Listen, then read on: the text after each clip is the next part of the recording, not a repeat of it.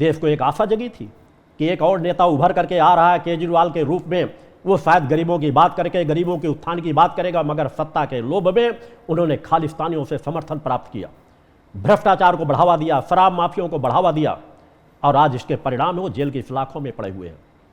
खालिस्तानी देश को खोखला करते चले जा रहे हैं। कंगना रनौत को प्लेटफॉर्म एयरपोर्ट में थप्पड़ मार दिया गया, उसके बाद भी देशवासियों के देश में रहते हुए लोग उस तरह के खालिस्तानी मानसिकता की उस महिला को, जिसने एक खालिस्तानी मानसिकता में आकर के तमाचा मारा, उसने कहा कुछ भी हो, देश के अनेकों लोग उसके समर्थन कर रहे हैं, उसके समर्थन में खड़े हैं। मेरा मानना है जो ऐसे लोगों का समर्थन करते हैं उनका सामाजिक बहिष्कार होना चाहिए। उसको तो तुरंत पन्नू बैठा हुआ अमेरिका में बैठा हुआ, उसने तुरंत 8 लाख की घोषणा कर दी और घोषणाएं कर दी जाएगी। अमृतपाल जैसा आतंकवादी इतने भारी मतों से जीत जाता है और हम कहते हैं यही लोकतंत्र है। मीडिया भी कहता है यही लोकतंत्र है। ये लोकतंत्र नहीं है, ये लोकतंत्र में बदनुमा दाग हैं।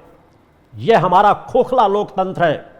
लोकतंत्र तो ऐसा होना चाहिए जहां नक्सलवादी खालिस्तानी मानसिकता के लोगों को चुनाव लड़ने से पहले ही रोका जाए। ऐसे कानून बनने चाहिए कि कम से कम जिनके ऊपर इस तरह के केस दर्ज हैं वह चुनाव न लड़ पाएं। कुछ कमियां रही, खालिस्तानियों को जितना मौके मिलते रहे कि हमारे लाल किले में आकर के भी उन्होंने जिस तरह का नंगा नाच नाचा, वो देश के इतिहास में सदा सदा के लिए दर्ज हो गया है।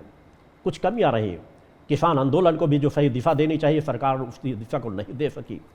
मैं चाहता हूं सरकार अच्छे से चले, इसके प्रति मेरा चिंतन भी बना रहता है, मगर ये इन कमियों को राजसत्ताओं पे बैठे हुए लोगों को सुधार करना चाहिए। भ्रष्टाचार में तत्काल रोक लगाई जानी चाहिए। चरम सीमाओं पे भ्रष्टाचार व्याप्त है। विधायक सांसद अभी जीत करके नहीं गए, अपने अपने क्षेत्र के शराब माफियाओं का संरक्षण देना प्रारंभ कर दिए। क्योंकि मेरा भक्ति मानव कल्याण संगठन जन जन से जुड़ा हुआ है, नींव से जुड़ा हुआ है, गहराई से जुड़ा हुआ है। हर गांव गली की खबर मेरे पास तक रहती है, अपने ध्यान चिंतन के माध्यम से, उन कार्यकर्ताओं के माध्यम से भी, कि देश में कहां क्या हो रहा है।